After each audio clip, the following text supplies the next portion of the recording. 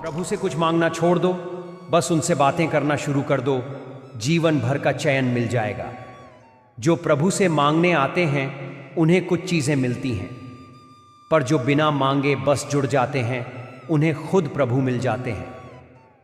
प्रभु को मनाओ मत, उन्हें बस अपना बना लो, क्योंकि जो अपनों के हो जाते हैं उन्हें मनाना नहीं पड़ता। नमस्कार मित्रों, मोटिवेशनल टीके बुक चैनल में आपका स्वागत है। आज मैं आपसे कोई बड़ी किताब की बात नहीं करने आया हूं, ना कोई श्लोक, ना कोई भारी भरकम दर्शन। मैं आज एक आईना लेकर आया हूं जिसमें आप खुद को देखेंगे, अपने ईश्वर से रिश्ते को, अपने गुरु से नाते को, अपने जीवन की दिशा को। मित्रों, इस वीडियो को अंत तक जरूर सुने। इस वीडियो में जीवन की असली सच्चाई बताई है। वीडियो में बने रहें। सच बताइए, क्या हम ईश्वर से प्रेम करते हैं या हम उनसे सौदा करते हैं? हम भगवान से क्या मांगते हैं? भगवान मेरी नौकरी लग जाए तो, भगवान ये एग्जाम पास करा दो तो, भगवान मेरी शादी ठीक हो जाए तो, मैं मंदिर आऊंगा, व्रत करूंगा, दान दूंगा। लेकिन ये प्रेम नहीं है मित्रों, ये एक्सचेंज ऑफर है। ये वो रिश्ता नहीं जो हनुमान ने राम से निभाया, ना ही वो समर्पण है जो अर्जुन ने कृष्ण से किया। जब हम सच्ची भक्ति से जुड़ते हैं तो न केवल अपने जीवन में दिव्यता का अनुभव करते हैं, बल्कि दूसरों के जीवन में भी प्रकाश फैलाते हैं। इसे समझने के लिए आपको एक उदाहरण सुनाता हूँ। एक युवक रोज मंदिर आता, घंटों प्रार्थना करता, भगवान नौकरी दे दो।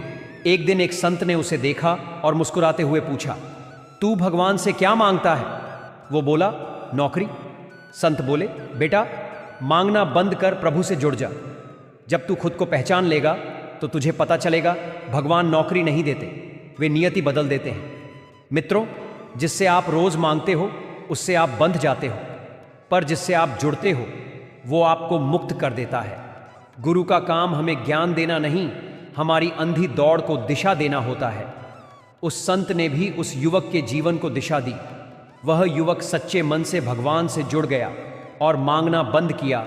उस युवक ने जैसे ही मांगना बंद किया, कुछ ही दिन में उसे नौकरी मिल गई।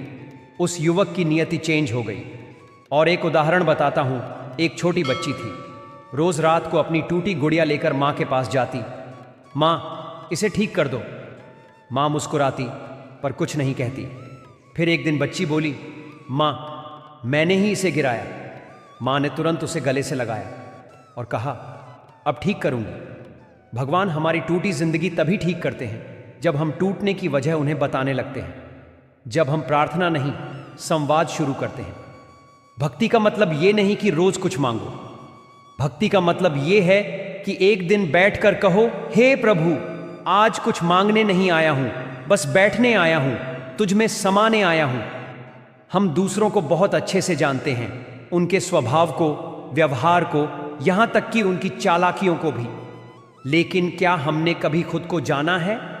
हमारे अंदर जो बुद्धि है, जो विवेक है, जो आत्मज्ञान है, क्या हम उसे अपने ही जीवन में प्रयोग कर पाते हैं? घर से कोई कहता है, जा बेटा 5 किलो मटर ले आना। हम बिना सोचे समझे निकलते हैं, न थैला लेते हैं न पैसे। सड़क पर बढ़िया सब्जियां दिखती हैं लेकिन जेब खाली होती है। क्यों? क्योंकि हमने घर से निकलते वक्त सोच समझकर तैयारी नहीं की। ऐसे ही हम जिंदगी में निकलते हैं बिना विवेक, बिना आत्मचिंतन और बिना गुरु की बात समझे। आज लोग कैसे हैं? जैसे जितनी जिसकी औकात है उससे ज्यादा दिखाने की। जैसे उदाहरण घर बनाने की जगह है 1000 स्क्वायर फीट और घर बनाते हैं 1200 स्क्वायर फीट में। छज्जा रोड पर बढ़ा दो, नाली के ऊपर स्लैब डाल दो, 2 फीट और निकाल लो। हम अपने दिमाग का भी यही करते हैं, भरते जाते हैं खचाखच। लेकिन कभी किसी होटल में रुके हो जहां कमरा छोटा हो और सामने विशाल बगीचा हो, वहां दिमाग खुलता है। उसी तरह जिंदगी में भी अगर आप अपनी इच्छाओं की जगह खाली रखेंगे तो दिमाग में शांति और चेतना के फूल खिलेंगे। इच्छाएं इंसान को खूंटे से बांध देती हैं। आप दुकान चलाते हैं, एक ग्राहक से बहुत उम्मीदें हैं, सोचते हैं डेली आता है, गाली भी देगा तो सह लेंगे। जॉब करने वाले कहते हैं, yes sir, okay sir, thank you sir. क्या ये आपकी जिंदगी है? क्या सिर्फ थैंक यू और प्लीज के लिए जीना है? नहीं, ये सब उस दिन खत्म होगा जिस दिन आप अपनी इच्छाओं को कम कर लेंगे। गुरु और प्रभु से मांगिए, नहीं बातें कीजिए। लोग गुरु से मांगते हैं, नौकरी दिला दो, परीक्षा पास करा दो, शादी हो जाए, व्यापार जम जाए। लेकिन कभी सोचा है गुरु से बातें की जाए? बैठिए, बोलिए गुरु जी, आप तो जानते हैं ना मेरी हालत, फिर भी कुछ नहीं हो रहा। ऐसा कभी कहा? नहीं, हम सिर्फ इच्छाएं करते हैं, बातचीत नहीं। और बातचीत भी कैसी? जैसे एक दोस्त से करें वैसे। गुरु जी, आपसे कुछ भी छुपा नहीं है। मैं टूट रहा हूं, लेकिन कहीं और नहीं जाऊंगा। बस आपसे ही कहूंगा, लड़ूंगा भी तो आपसे, झगड़ूंगा भी तो आपसे। यही होता है सच्चा संबंध। इसे समझने के लिए एक उदाहरण बताता हूं। एक व्यक्ति डूब रहा था, कृष्ण को पुकारा, हे कृष्ण बचाओ। कृष्ण निकले ही थे कि उसने राम को पुकारा, कृष्ण रुक गए। फिर राम निकले, उसने हनुमान को पुकारा, राम रुक गए। जब तक हनुमान आते वो डूब चुका था। इस उदाहरण से क्या समझ आया आपको? जीवन में एक नाव पर सवार रहो। गुरु बदलने से, भगवान बदलने से नाव डूबती है। इच्छाएं पूरी नहीं हुई तो प्रभु को बदल दिया।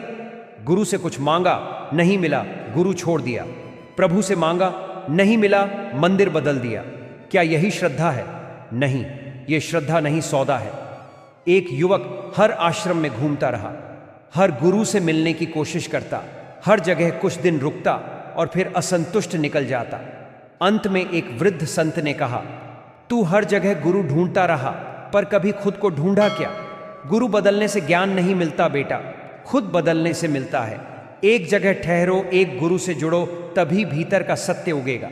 हनुमान जी ने कभी राम को नहीं छोड़ा, अर्जुन ने कभी कृष्ण को नहीं बदला। इसलिए वे पूजे जाते हैं, गाए जाते हैं, जिए जाते हैं।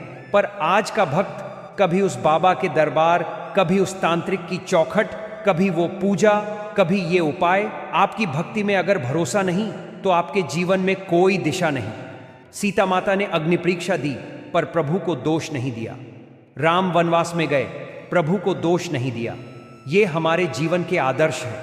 प्रभु और गुरु ये हमारे जीवन के ऐसे संबंध जिनमें पैसा नहीं लगता। शादी के लिए खर्चा, रिश्तेदारी निभाने में खर्चा, दोस्ती में खर्चा, लेकिन गुरु और प्रभु इन रिश्तों को निभाने में कोई पैसा नहीं लगता, बस सच्चाई और निष्ठा लगती है।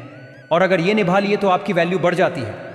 एक दिन एक युवक ने प्रभु से कहा, मैं तुझसे नाराज हूं, तूने मेरी कोई इच्छा पूरी नहीं की। फिर भी वह हर रोज मंदिर आता रहा। वर्षों बाद सब ठीक हो गया।